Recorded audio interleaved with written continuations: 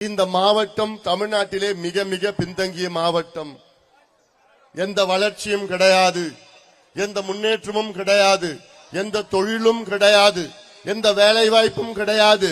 இந்த மாவட்டத்தில் உள்ள என் தம்பிகளும் என் தங்கைகளும் 3 லட்சம் பேர் வெளி மாவட்டம் வெளி மாநிலத்திற்கு வேலை தேடி வேலைக்காக சென்று அங்கே கொத்தனார் வேலை, கூலி வேலை, விவசாய வேலை, குவாரியில வேலை, ஹோட்டல்ல வேலை, பனியன் கம்பெனியில வேலை. ஆனால் அப்படிப்பட்ட தம்பிகளும் தங்கைகளும் இங்கு நில உரிமையாளர்கள், நிலம் வைத்திருக்கின்றவர்கள். 2 ஏக்கர் 3 ஏக்கர் 5 ஏக்கர் வச்சிருக்கிற என் தம்பிகள் தங்கைகள் எல்லாம் ஏன் இங்க தண்ணி இல்ல? விவசாயத்திற்கு இருக்குது, ஆனா இல்ல. சுத்தி மலையில இருக்கு, சுத்தி ஆத்துல இருக்கு. தமிழ்நாட்டிலே மிகப்பெரிய ஆறு காவிரி ஆறு நம் மாவட்டத்தின் மேற்கு எல்லையில ஓடுது. தமிழ்நாட்டின் 4வது பெரிய ஆறு தென்பெண்ணை ஆறு நம் மாவட்டம் வடக்கு எல்லையில ஓடுது. இப்படி தமிழ்நாட்டில் எந்த மாவட்டத்திலையும் 2 பெரிய ஆறு ஓடுவது கிடையாது நம்ம மாவட்டத்தில். ஆனால் அந்த மாவட்டத்தில் அந்த ஆற்றில் உள்ள தண்ணிய நம்மளால் அனுபவிக்க முடியுதா? நம்ம குடிக்க முடியுதா? நம்ம விவசாயம் பண்ண முடியுதா? வெக்கக்கேடியா, வெக்கக்கேடு. யாரு? ஆட்சியாளர்கள். 78 ஆண்டுகளாக நமக்கு சுதந்திரம் கிடைத்து இன்னும் நம் மாவட்டத்தில் ஓடுகின்ற அந்த ஆற்றை நம்மால் பயன்படுத்த முடியவில்லை என்றால் இவ்வளவு காலமாக ஆண்டவர்கள் வெக்கப்படணையா, வெக்கப்படணும், வேதனையா, அவமானப்படணும். இவ்வளவு காலமா என்னையா பண்ணீங்க? என்னையா பண்றீங்க? என்ன எதுக்கியா நீங்க நிர்வாகம்? எதுக்கியா உங்களுக்கு ஆட்சி? தென்பெண்ணை காலையில போன ஈச்சம்பாடி அணையை போய் பார்த்தேன். ஈச்சம்பாடி அணையில இன்னைக்கு பார்த்தா தண்ணி அவ்வளோ ஓடுது. தென்பெண்ணையில் ஓடுது. எங்க போகுது தண்ணி? கடலுக்கு போகுது. நாங்க கடல்ல விட்டா விடுவோம், உங்களுக்கு நான் கொடுக்க மாட்டோம்னு சொல்றது யாரு? இந்த கேடுகட்ட திமுக ஆட்சி, முதலமைச்சர் ஸ்டாலின். முந்தா நாள் போன மேட்டூர் டேம பார்த்தேன் போன வாரம். அந்த மேட்டூர் அணை இந்த 4 மாதத்துல 7 முறை நிரம்பி இருக்கிறது. மேட்டூர் அணை நிரம்பி இந்த தண்ணி எங்க போகுது? கடலுக்கு போகுது. கடல்ல தண்ணி விட்டா விடுவோம், நான் தருமபுரி மக்களுக்கும் சேலம் மக்களுக்கும் நான் தண்ணியை கொடுக்குமான்னு சொல்றது யாரு? கேடுகட்ட திமுக ஆட்சி, முதலமைச்சர் ஸ்டாலின். அப்போ எவ்வளவு வன்மம் உங்கள் மீது, முதலமைச்சர் ஸ்டாலின் அவர்களுக்கு எவ்வளவு வன்மம் இருக்கிறது, எவ்வளவு கோபம். ஏன் தருமபுரி மக்கள் பாவப்பட்ட மக்கள்? நீங்க ஏதாவது பாவம் பண்ணிருக்கீங்களா? ஏன் இப்படி நமக்கு ஒரு சோதனை? ஏன் இந்த சோதனை? இவ்வளோ தண்ணி போகுது, கடல்ல போகுது. அந்த தண்ணிய இங்க ஒரு நீரேற்று மூலமா இங்க கொண்டு வரணும்னு எவ்வளவு கோரிக்கை, எவ்வளவு முறை நம்ம போராடி இருக்கிறோம். நம்ம கேட்கறது என்னையா? காவேரியில போற தண்ணி இந்த சொன்ன 7 முறை மேட்டூர் அணை நிரம்பி இருக்குது. 50 TMC தண்ணி கடல்ல போயிருக்கு 4 மாசத்துல. அதுல ஒரு 3 TMC தண்ணிய நீரேற்று மூலமாக கொண்டு வந்து ஏரி குளம் இதெல்லாம் நிரப்புகின்ற திட்டம் நம்ம தருமபுரி மாவட்டத்தில் உள்ள திட்டம். ஒகேனக்கல் காவேரி தருமபுரி உபரிநீர் திட்டம். இந்த பெயரை வச்சதே நம்ம தான்.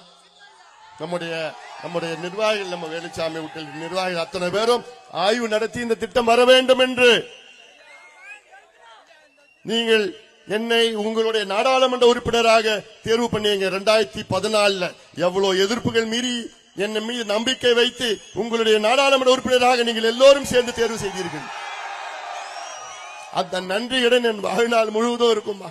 உங்களை மறக்கவே முடியாது. என்ன கடைசி காலம் வரைக்கும் என்னால மறக்க முடியாது. உங்களுக்கு நிச்சயமாக உங்கள் முன்னேற்றம் என்னுடைய நோக்கம், என்னுடைய லட்சியமாக. 5 ஆண்டு காலம் எவ்வளவு திட்டங்கள் சுத்தி சுத்தி வந்த இந்த பகுதிக்கு வந்தன. என்னோட நோக்கமே சுத்தி இருக்கிற தண்ணியை எடுத்துட்டு வந்து உங்க வீட்டு கிணத்துல 30 அடியில தண்ணி வரணும். முடியுமா? என்னால முடியும், என்னால கொண்டு வர முடியும், என்னால அதை செய்ய முடியும். உங்க வீட்டு போர்ல, உங்க நிலத்துல இருக்கிற போர்ல 100 அடி 80 அடி 60 அடி தண்ணி என்னால கொண்டு வர முடியும், என்னால முடியும். ஏன்னா சுத்தி தண்ணி இருக்கு, ஆனா அந்த தண்ணியை நம்ம பயன்படுத்துவது கிடையாது. எவ்வளவு திட்டம் இந்த பகுதி, இந்த சுத்தி இருக்க தருமபுரியில காலையில போய் பார்த்தேன். ஈச்சம்பாடி நீரேற்று திட்டம் 50 ஆண்டு கால கோரிக்கை. அது பக்கத்துல சேனேகால் திட்டம், அது 30 ஆண்டு கால கோரிக்கை. அதன் பக்கத்துல வள்ளி மதுரை அணைய அது உயர்த்துகின்ற திட்டம், அது எவ்வளவு காலமா கோரிக்கை. இன்னும் தள்ளி போனா அந்த பக்கம் சிட்லிங் அந்த பகுதியில் இருக்கு. அங்க சிட்லிங் ஒரு டேம் கட்டணும், அது இது இல்ல.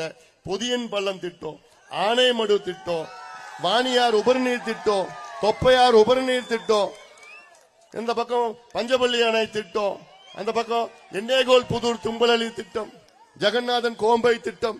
இப்படி எல்லாம் சுத்தி சுத்தி இந்த மாவட்டத்தில் உள்ள எத்தனை திட்டங்கள் இருக்கிறது. அது ஏன் இவ்வளவு காலமா செய்யல? ஏன் செய்ய மாட்டாங்க? ஏன்னா உங்களை திமுகவுக்கு உங்களுக்கு பிடிக்காது. திமுக பிடிக்காது. இப்படி இந்த பகுதி மக்கள், இந்த மாவட்டத்து மக்கள் வளர்ச்சி பெற வேண்டும், வளம் பெற வேண்டும். அதற்கு என்ன நடக்கணும்? இப்போ ஆட்சி மாற்றம் நடக்கணும். திமுக ஆட்சியை தூக்கி எறியுங்கள். நீங்க கடந்த தேர்தலே திமுகவுக்கு நீங்க ஓட்டு போடல, தெரியுது எனக்கு. கடந்த சட்டமன்ற தேர்தல், நாடாளுமன்ற பத்தி நான் பேசுறேன். சட்டமன்ற தேர்தலில் இந்த தருமபுரி மாவட்டத்தில் 5 தொகுதியிலும் திமுக தோல்வி அடைந்தது. ஆனால் இந்த சட்டமன்ற தேர்தல், இந்த வருகின்ற 2026 சட்டமன்ற தேர்தலில் எனக்கு ஒரு ஆசை, நிறைவேற்றீங்களா? தருமபுரி மாவட்டத்தில் 5 தொகுதியிலும் திமுக டெபாசிட்டை இழக்கணும். முடியுமா? நம்ம முடியுமா? முடிச்சிட்டீங்க, அவ்வளவுதான். நீங்க முடிவு பண்ணா அவ்வளவுதான், அது யாராலும் தடுக்க முடியாது. 5 தொகுதியிலும் திமுக வருகின்ற சட்டமன்ற தேர்தலில் டெபாசிட் இழக்கணும். இவர்கள் ஆள்வதற்கு தகுதியற்றவர்கள். குடிக்கு பின்னாடி தெரியுமா? குடிக்கு இவர்கள் ஆள்வதற்கு தகுதியற்றவர்கள். காரணம், இவர்களுக்கு நிர்வாகம்னா என்னன்னு தெரியாது. ஸ்டாலின் அவர்களுக்கு நிர்வாகம்னா என்னன்னு தெரியாது, ஆட்சினா என்னன்னு தெரியாது, சமூக நீதினா என்னன்னு தெரியாது, விவசாயம்னா என்னன்னு தெரியாது, வேலை வாய்ப்புனா என்னன்னு தெரியாது, கல்வினா என்னன்னு தெரியாது, சுகாதாரம்னா என்னன்னு தெரியாது, சுற்றுச்சூழல்னா என்னன்னு தெரியாது, விவசாயம்னா என்னன்னு தெரியாது. எதுவுமே தெரியாது. ஆனா முதலமைச்சரா இருக்கிறார். எங்களுக்கு எல்லாம் தெரிஞ்சோம்.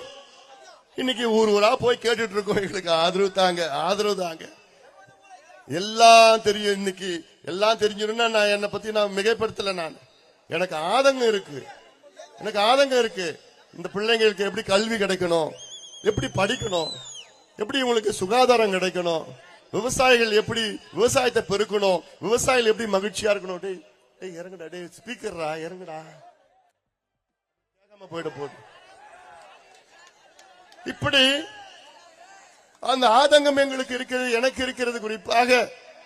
அதனால்தான் நான் எல்லா பகுதிகளுக்கும் நான் போயிட்டு வந்துட்டு இருக்கிறேன். நான் இங்கே வருகை தந்திருக்கின்றேன்.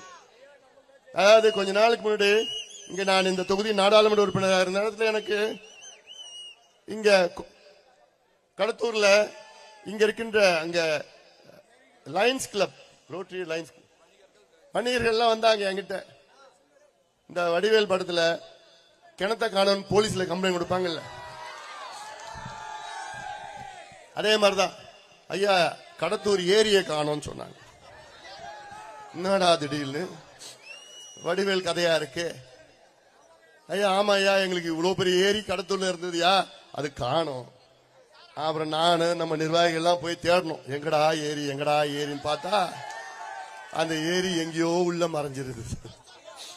அதன் பிறகு அந்த ஏரிய கண்டுபிடிச்சி தேடி கண்டுபிடிச்சி அதை சுத்தப்படுத்தி அப்புறப்படுத்தி இந்த கருவேலெல்லாம் அப்புறப்படுத்தி ஆழப்படுத்தி தூர்வாரி அந்த கிணத்துலதான் தூர்வாரி அதன் பிறகு பார்த்தா அவ்வளோ அழகான ஒரு ஏரி, அவ்வளோ தண்ணி அந்த ஏரிக்கு வந்தது. இது எதற்குதான் இருக்குது தண்ணி இருக்கு. இன்னைக்கு இதற்கு எனக்காக இந்த வணிகர்கள் எல்லாம் இங்க வியாபாரி சங்கம் எல்லாம் எனக்கு ஒரு பாராட்டு விழா அழைச்சாங்க. ஏன்னா இது போன்ற திட்டங்கள் தான் எனக்கு மிகவும் பிடித்த திட்டம். நீர் மேலாண்மை, நீர் திட்டம். நீர் மேலாண்மைனா என்ன? நீர் மேலாண்மை, வாட்டர் மேனேஜ்மெண்ட். நீர் மேலாண்மைனா 12 மாசத்துல ஒரு மாசம் மழை பெய்யும். அந்த ஒரு மாசம் பெய்யற மழையை மிச்சப்படுத்தி அடுத்த 11 மாசம் பயன்படுத்துவதுதான் நீர் மேலாண்மை. ஒரு மாசம் பெய்யற மழையை நம்ம சேமிச்சு மிச்சப்படுத்தி சேமிச்சு அடுத்த 11 மாசம் நம்ம பயன்படுத்துவது நீர் மேலாண்மை. பருவம் இப்ப தென்மேற்கு பருவம் 3 மாசம், வடகிழக்கு பருவம் 3 மாசம், 6 மாசம் பருவம் காலம். ஆனா பெய்யற மழை 30 நாள் தான் பெய்யுது மொத்தத்துல. அந்த 30 நாள் பெய்யற மழையை இது போன்ற ஏரி குளத்தெல்லாம் தூர் வாரணும். நம்ம ஆத்துல தண்ணி எல்லாம் எடுத்துட்டு இந்த பகுதிக்கு கொண்டு வரணும். இப்ப நான் சொன்ன பொதியன் பள்ளம், வள்ளி மதுரை அணை திட்டம், ஆனைமடுவு திட்டம், இந்த திட்டம் எல்லாம் நிறைவேற்றினா நீங்க யாரும் எங்கேயும் போவாண்டாமா. உங்க பிள்ளைகள்லாம் திரும்பி இங்கேயே வருவான். எங்கெங்கயோ போய் வேலை செய்யறவன் இங்கேயே வந்து உங்க நிலத்துல இருப்பா. விவசாயம் பண்ணி படிக்க வச்சு கால் மேல கால் போட்டு நீங்க சுயமரியாதையுடன் வாழலாம். உங்களை சுயமரியாதையுடன் வாழ வைக்க வேண்டும். அதாயா எனக்கு வேண்டும், அதாயா எனக்கு கனவு, அதாயா எனக்கு வேணும். இதுதான் உண்மையான வளர்ச்சி. இதற்காகத்தான் நான் எவ்வளோ இந்த பகுதிக்கு திட்டங்கள், விவசாய திட்டங்கள், வேளாண் திட்டம், நீர் பாஸ் திட்டங்களுக்கு மட்டுமில்ல, இந்த ரயில்வே திட்டம், மொரப்பூர் தர்மபுரி ரயில்வே திட்டம் தெரியும். அந்த திட்டத்தை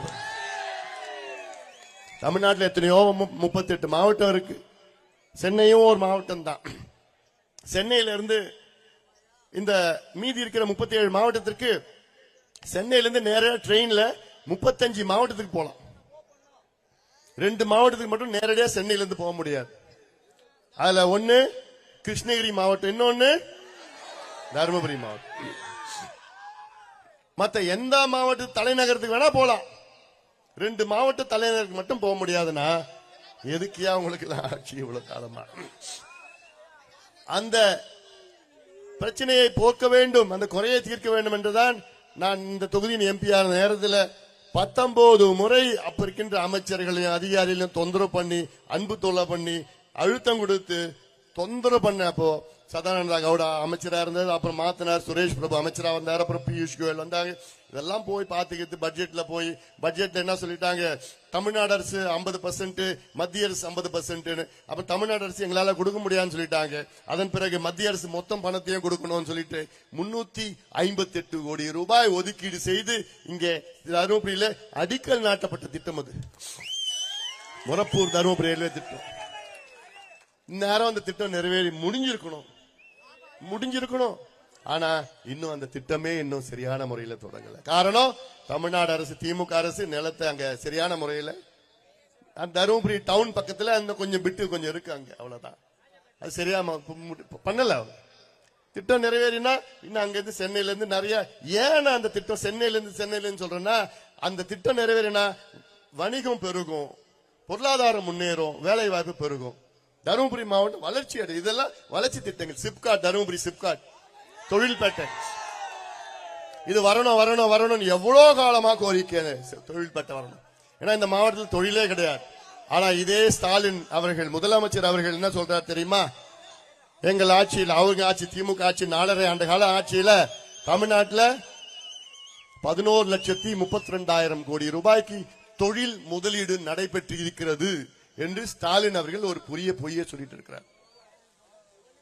நான் கேட்கிறேன், முதலமைச்சர் ஸ்டாலின் அவர்களே, நீங்க சொல்றீங்க தமிழ்நாட்டில் 11,32,000 கோடிக்கு தொழில் முதலீடு நடந்திருக்கு. அதுல எத்தனை பைசா தொழில் முதலீடு தருமபுரி மாவட்டத்தில் நடந்திருக்கு? நான் ரூபாலாம் கேட்கல.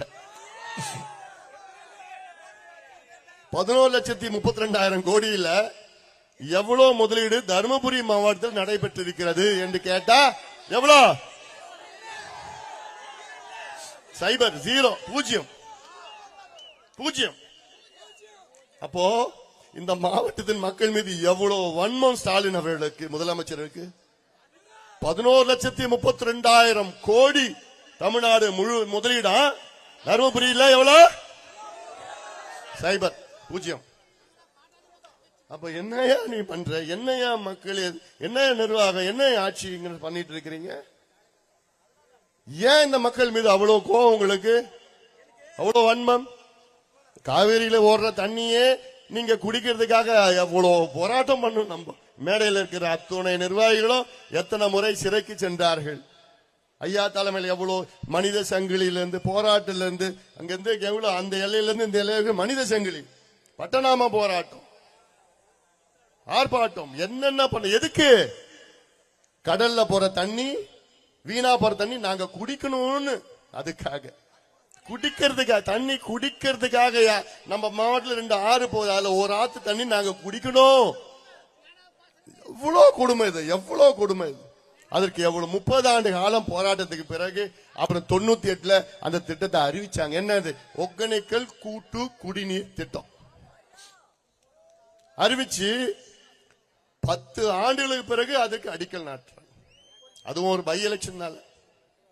அதன் பிறகு 2013 அந்த திட்டம் அறகுறையா செயல்படுத்துறாங்க. ஆனா அது அறகுறையா வந்துட்டு தான் இருக்குது. 6 நாள் 8 நாள் 10 நாளுக்கு ஒரு முறை தண்ணி வருது. அந்த தண்ணியும் நிலத்தடி தண்ணி ரெண்டும் கலந்து கொடுக்கறான், டேங்க்ல ஏத்துறான். எதுக்கியா தண்ணி கொடுக்கற? இந்த தண்ணி கொடுக்கறதுக்கே காரணமே நீங்க குடிக்கிற தண்ணியில புளோரைடு என்ற நச்சு பொருள் இருக்கு. Fluoride, fluorosis. ஏன்னா அது சிரிச்சாலே தெரியும். நான் ஒரு நாள் ராமேஸ்வரம் போயிருந்தேன். அப்போ அப்துல் கலாம் அவர்கள் இறந்துட்ட பிறகு அங்க அவர் அடக்கம் பண்ணப்போ நாங்க பிரதமர் எல்லாம் போனாங்க, கூட நான் போயிருந்தேன். அவ போனா அந்த நிகழ்ச்சி முடிச்சதுக்கு பிறகு நான் போனா ஒரு பையன் பார்த்து என்ன சிரிச்சான். ஐயான்னு பார்த்து சிரிச்சான். சிரிச்ச உடனே பார்த்தேன், டேய் தருமபுரியாடான்னு கேட்டேன். ஆமா ஐயா. பார்த்தா மஞ்சள் பல்லு, மஞ்சள். என்னடா பண்றேன்னா நீங்க கொத்தனார் வேலை. அப்போ இந்த நீங்க இங்க குடிக்கிற தண்ணியில புளோரோசிஸ், புளோரைடு இருக்கு.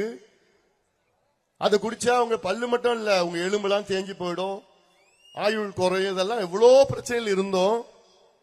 2 ஆறு இந்த மாவட்டத்தில் போற தண்ணிய உங்களுக்கு கொடுக்கிறதுக்கு சுதந்திரம் அடைந்து கிட்டத்தட்ட 70 ஆண்டுகளுக்கு பிறகுதான் இவர்கள் கொடுக்கின்றார்கள் என்றால் இவங்களுக்கு என்னையா நிர்வாகம் தெரியுது? உங்களுக்கு உங்களை பத்தி என்ன அக்கறை இருக்குது? இப்ப பார்த்தா அந்த 2வது திட்டம் கொண்டு வந்திருக்கணும், அதை இல்ல. இப்ப அதை 3வது திட்டமா அறிவிச்சிருக்கிறாங்க ஒரு பேருக்குன்னு. வெறும் அறிவிப்பு தான் வந்திருக்குது.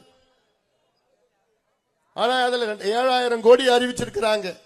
ஒகேனக்கல் கூட்டு குடிநீர் திட்டம் 3, அது 2 தான், 3 அறிவிச்சிருக்கிறாங்க. அதுல 7000 கோடின்னு சொல்லியிருக்கிறாங்க. 7000 கோடியில 8400 கோடி.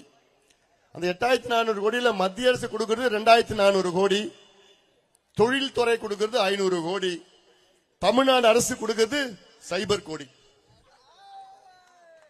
தமிழ்நாடு அரசு ஒரு பைசா கொடுக்கல. மீதி ஜப்பான் ஜைகா கொடுக்கறான், ஜப்பான்காரன் கொடுக்கறான் மீதி பணத்தை. அந்த ஜிஎஸ்டி மட்டும்தான் இவன் கட்டுறான் தமிழ்நாடு அரசு. ஆனா சொல்றதெல்லாம் நாங்கள் ஒகேனக்கல் குடிநீர் கூட்டு குடிநீர் திட்டத்தை கொடுக்கிறோம். எவ்வளோ பொய்ய சொல்றான், எவ்வளோ பொய்ய சொல்லிட்டு இருக்கிறான். பொய்ய தவிர வேற கிடையாது. ஸ்டாலின் அவர்களே, கடந்த சட்டமன்ற தேர்தலுக்கு முன்பு நீங்கள் என்ன வாக்குறுதி கொடுத்தீர்கள் மக்களுக்கு? நாங்கள் ஆட்சிக்கு வந்தால் 100 நாள் வேலைவாய்ப்பு திட்டத்தை 150 நாட்களாக உயர்த்துவோம் என்று சொன்னாங்களா இல்லையா? அதாவது இந்த 100 நாள் வேலைவாய்ப்பு திட்டம் தமிழ்நாட்டில் 85 லட்சம் பேர் பதிவு பண்ணிருக்கிறாங்க. அதுல 75 லட்சம் பேருக்கு தான் வேலை கிடைக்குது. இந்த வருஷம் 45 லட்சம் பேருக்கு தான் வேலை கொடுத்திருக்கிறாங்க. அதுவும் இவ்வளவு நாள், எவ்வளவு நாள் திரும்ப கொடுத்திருக்கிறாங்க? எவ்வளவு நாளா இருக்கும்? வெறும் 9 நாள்.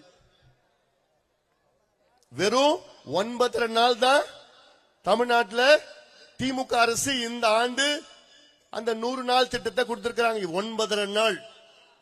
ஆனா சொன்னது எவ்வளவு நாள்? 150 நாள் கொடுப்போம். எவ்வளவு பெரிய பொய்ய சொல்லியிருக்கின்ற ஸ்டாலின் அவர்களே. இருக்கு உங்களுக்கு, இந்த தேர்தலில் இருக்கு, உங்களுக்கு இருக்குது. நாங்கள் ஆட்சிக்கு வந்தால் கல்வி கடன் ரத்து, நகை கடன் ரத்து, விவசாய கடன் ரத்து. உங்களை ரத்து பண்ண போறாங்க மக்கள். எவ்வளவு பொய், எவ்வளவு பொய். நாங்கள் ஆட்சிக்கு வந்தால் நீட்டு தேர்வு ஒரே வாரத்தில் ரத்து. நீட்டு தேர்வு ரத்து பண்ணிட்டாங்களா? நீட்டு கைய நீட்டு தான் தெரியும் லஞ்சம் வாங்கறதுக்கு. இந்த நீட்டு தேர்வுலாம் அதெல்லாம் அதுக்கு 1 கோடி கையெழுத்தான், இப்படி 10 கோடி கையெழுத்து. தினமும் வசனம் பேசி பேசி என்ன தமிழ்நாடு மக்கள் நான் முட்டாள்களா, ஏமாளிகளா அப்படின்னு நினைச்சிட்டு இருக்கிறாங்க 2 பேரும். நிச்சயமா கிடையாது, நிச்சயமா கிடையாது. நாங்கள் ஆட்சிக்கு வந்தால் அரசு வேலைகள் 5.5 லட்சம் வேலைகளை நாங்கள் நிரப்புவோம். 38,000 வேலைகள் நிரப்பியிருக்கிறாங்க. கொடுத்தல புதுசா உருவாக்கல, கொடுத்து நிரப்பியிருக்கிறாங்க. இப்படி நாங்கள் ஆட்சிக்கு வந்தால் தனியார் தொழிற்சாலைகள் வேலைவாய்ப்பில் 75 விழுக்காடு உள்ளூர் இளைஞர்களுக்கு நாங்கள் கொடுப்போம் என்று சட்டத்தை கொண்டு வருவோம். கொண்டு வந்தாங்களா? இல்ல.